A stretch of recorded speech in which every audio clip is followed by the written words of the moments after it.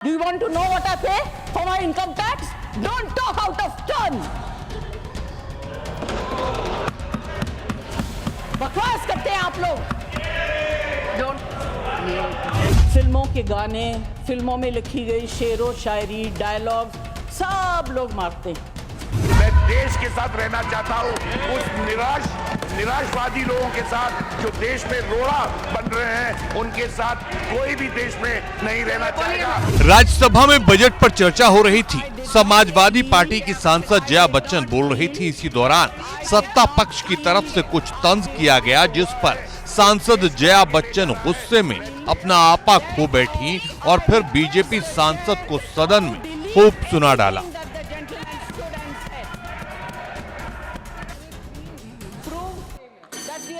Do you want to know what I pay for my income tax? Don't talk out of turn.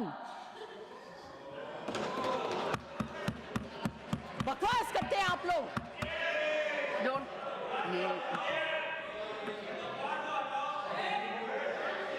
I'm sorry for losing my cool, but you know, this kind of rubbish I don't want to accept.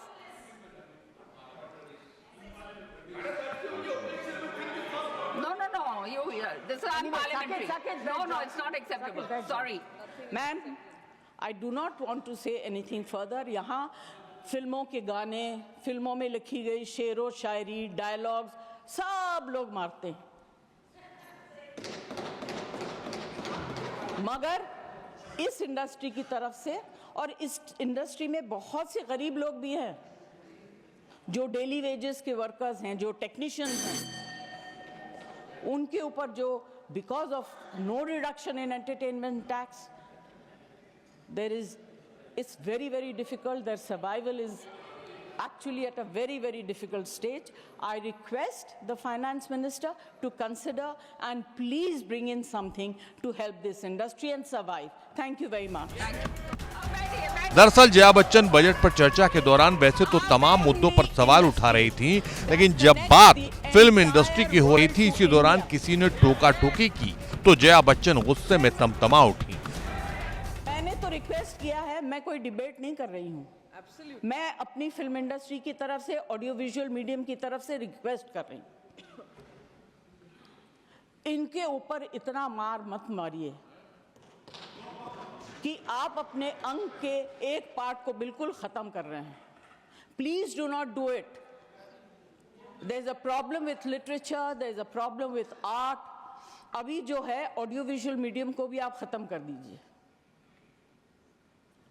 This is my request to the finance minister. Ma'am, please consider very seriously. It's a very important matter. It's a very difficult industry.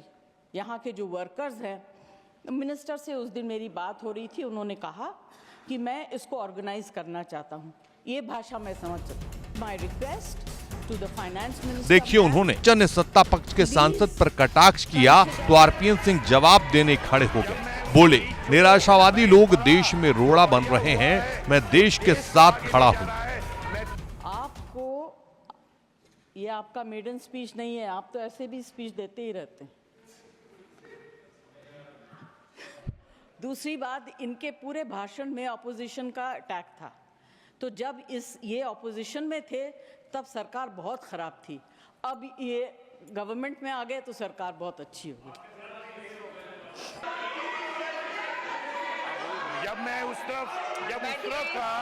जब उस तरफ था तो इनको जो उनके बगल में बैठते थे उनको रोज गाली देती थी।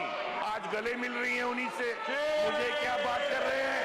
मैं साफ तौर से कहना चाहता हूँ कि जो मैंने पढ़ा, जो बढ़िया हुआ है, जो देश को आगे ले जा रहा है, मैं देश के साथ रहना चाहता हूँ। उस निराशवादी लोगों के साथ जो देश में रोड़ा बन रहे हैं, उनके साथ कोई भी देश में नहीं रहना चाहेगा। और मैं जो भी देश का भलाई चाहता है, मैं चाहूंगा कि वो इधर आए। खैर, संसद में जोरदार बहस के बाद जया बच्चन ने गृहिणियों का मुद्दा उठाते हुए धनिया, मिर्ची और अदरक का सवाल संसद में उठा दिया। सुनिए क्या कहा।